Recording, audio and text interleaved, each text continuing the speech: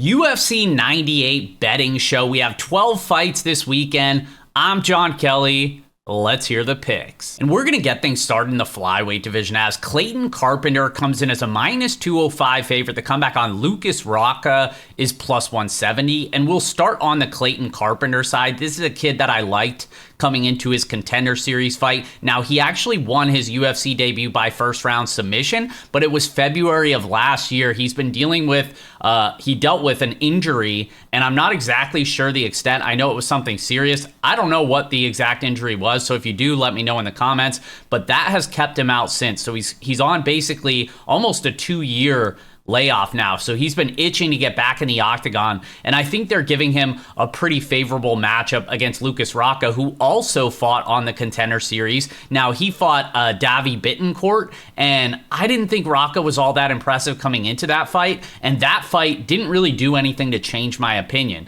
For starters, he still has issues with the takedown defense, the defensive grappling. We saw that at times on the regional scene, and we saw it in the Contender Series as Bittencourt landed multiple takedowns, basically just kept controlling him, taking him down, mat returns all through the first round, and then he ends up landing the big shot that ends up winning by knockout. So it really wasn't, it didn't answer any of the questions that I have about Rocka. I know he has solid cardio, his striking's okay, but again, I worry about the defensive grappling, and he seems like his durability is not great for flyweight. On the regional scene, multiple times, he seemed to be hurt to the body and rocked a little bit as well. So I don't really think this kid's that good, despite the 17-1 professional record. And the biggest advantage I see in this fight is in the grappling for Clayton Carpenter, because even though I don't think his wrestling is super great, I do think it's good enough to get the fight to the ground where he needs it, where he will have the submission grappling advantage. So even though I don't think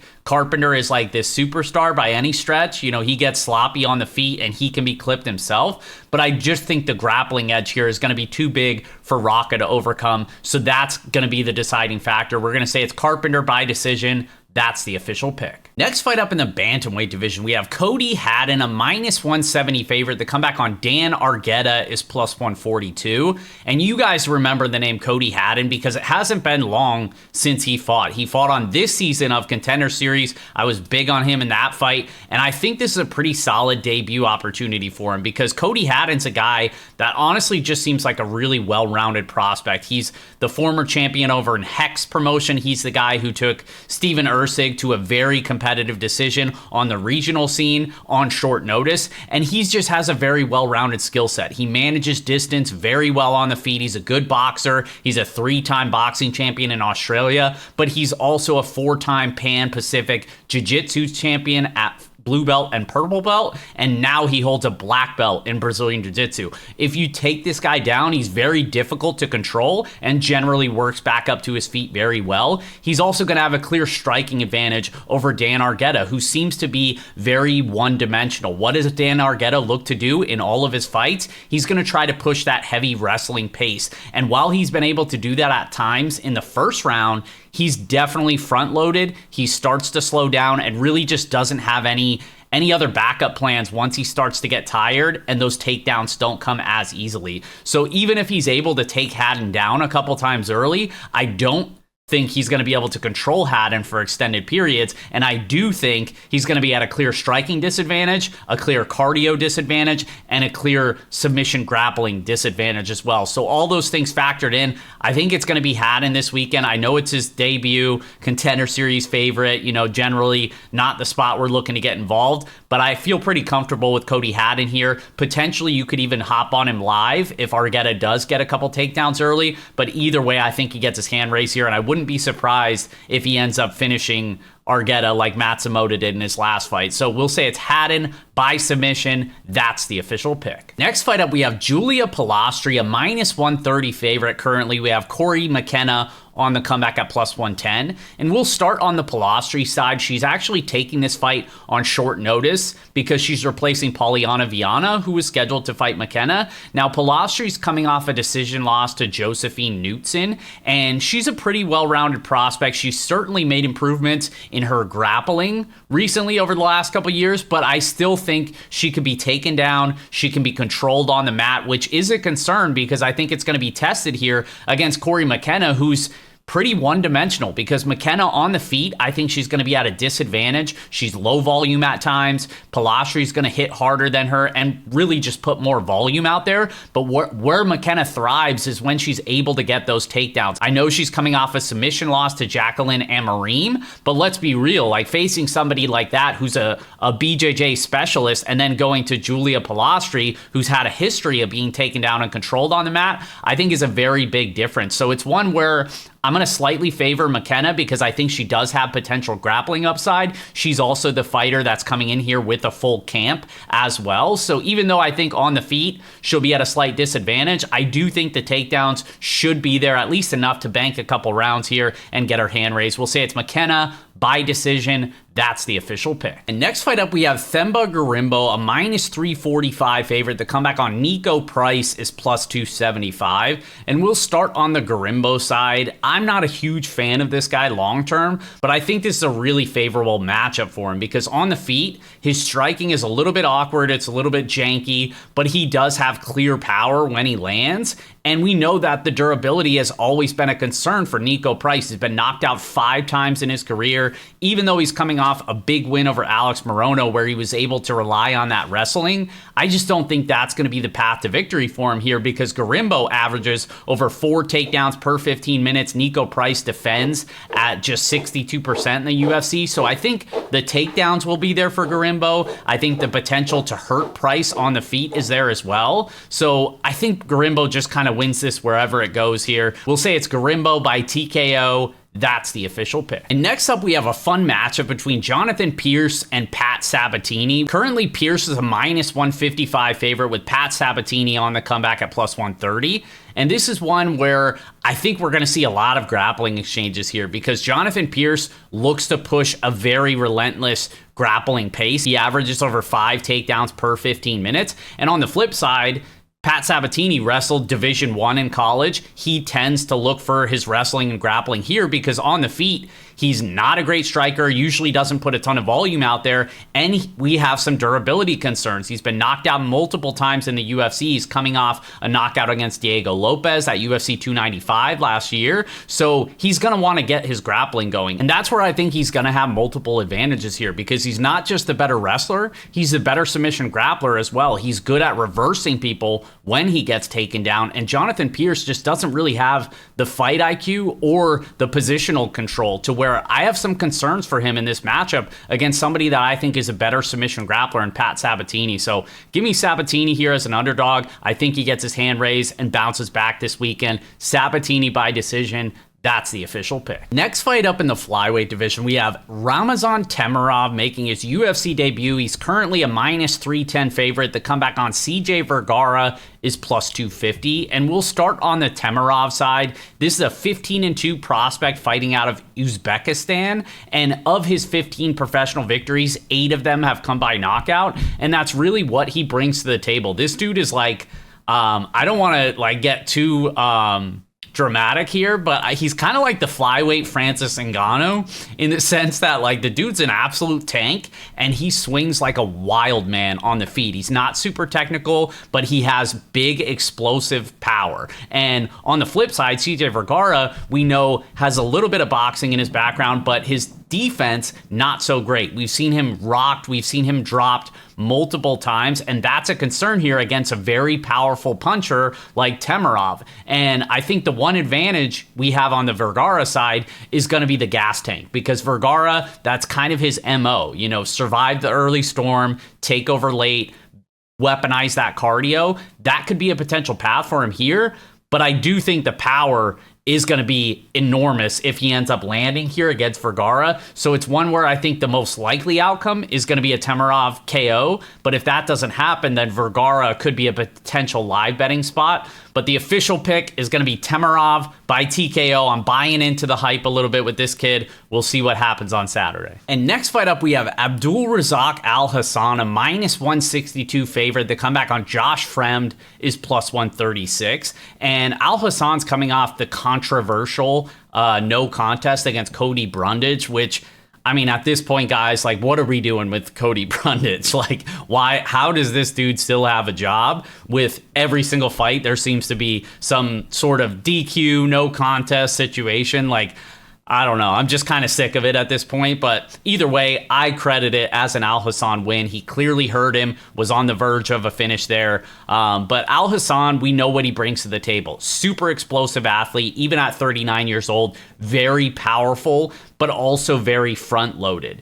He's going to look to land with power. All of his wins have come by knockout. Most of them have come early because outside of that first round, he tends to slow down. And on the flip side, Josh Fremd's coming off a decision loss to Andre Petroski, where he was largely just out-wrestled and controlled basically the entire fight. But this is another one similar to the last fight where I think it's a potential live betting look for Josh Fremd if he can stay alive outside of that first round, because he's certainly going to have the better cardio. His striking's not bad. He's just going to be at a massive physicality and power disadvantage. So I think a live betting look takes some of that round one risk out of it, assuming that he doesn't get knocked out. But I do think, again, the most likely outcome is that he does get hurt early and potentially finish. So the official pick is going to be Alhassan by TKO. But in terms of a live betting look, if Fremd's alive after one, I'm probably going to get involved this weekend. And kicking off the main card, we have Daniel Rodriguez, a minus 205 favorite. The comeback on Alex Morono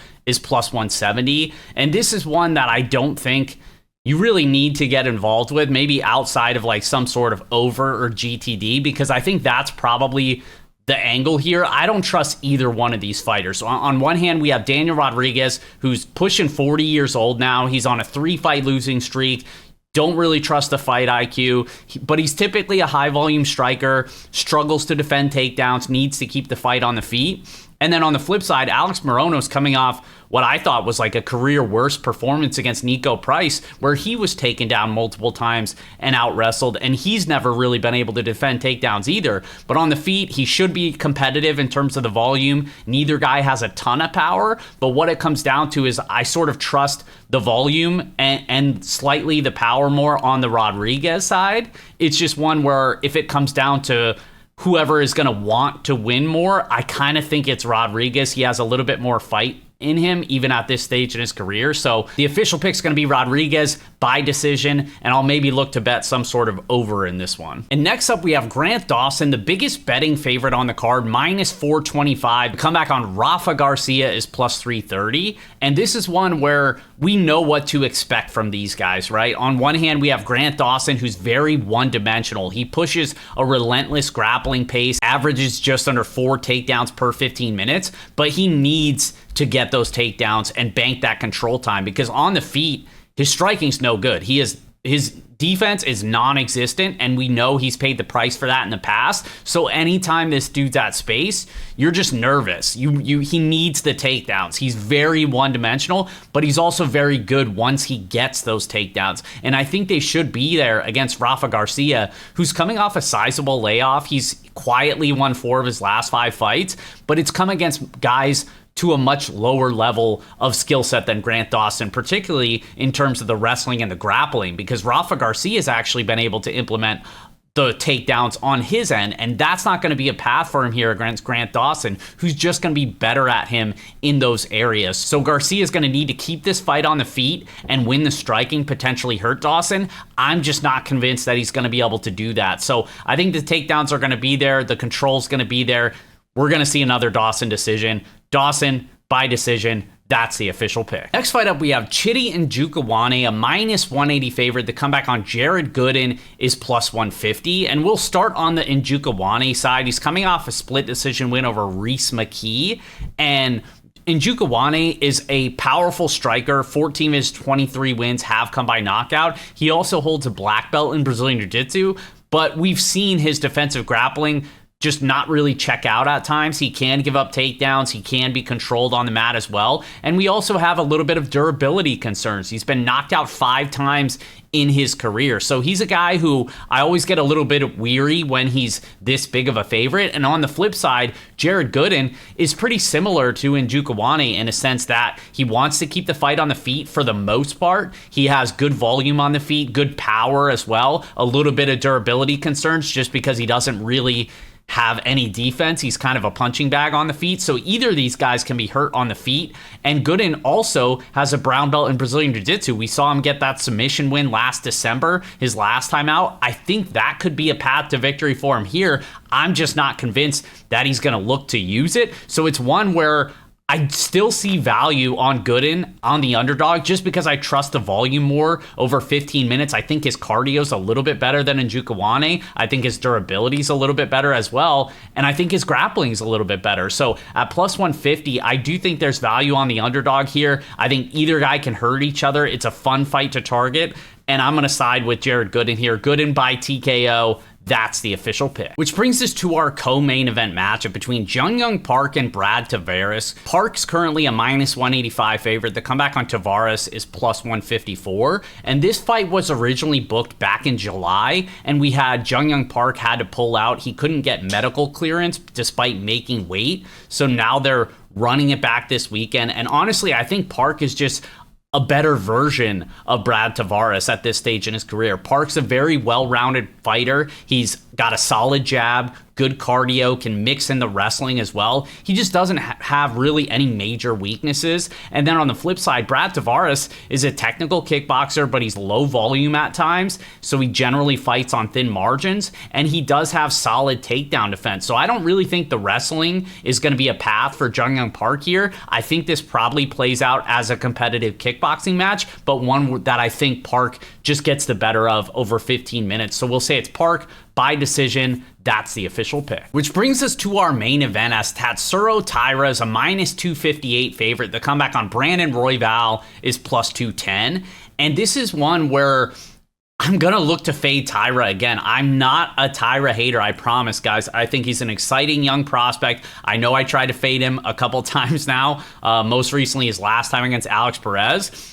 And honestly, I really want to see how that would have played out had it not been for the knee injury. And obviously, credit to Taira. He's the one that put Perez in that position. So I'm definitely not knocking him there. But again, we have a situation where Taira's never been 25 minutes. It's looked like he's slowed at times, even in 15-minute fights. He's a good grappler, but he's not like him having a Pantoja-like performance against Royval.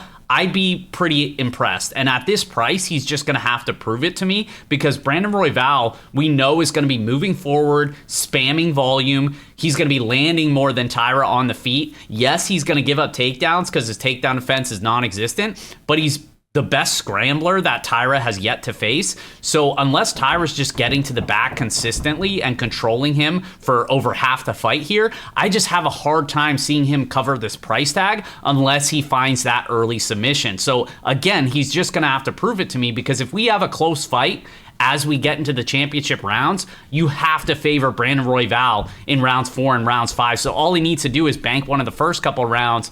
And honestly, I think he can do it here. And at plus 210, I'm willing to find out. So I'm going to side with Raw Dog Royval, give it one last ride here and try to fade Tatsuro Taira at this price. We'll see what happens, but the official pick is going to be Royval by decision. And as always, guys, fightnumbers.com will have my projections, rankings, picks, odds screen, fight prop finder, the trends tool. Fightnumbers.com, be sure to check it out. As always, appreciate you guys watching. Best of luck, and we'll see you next week.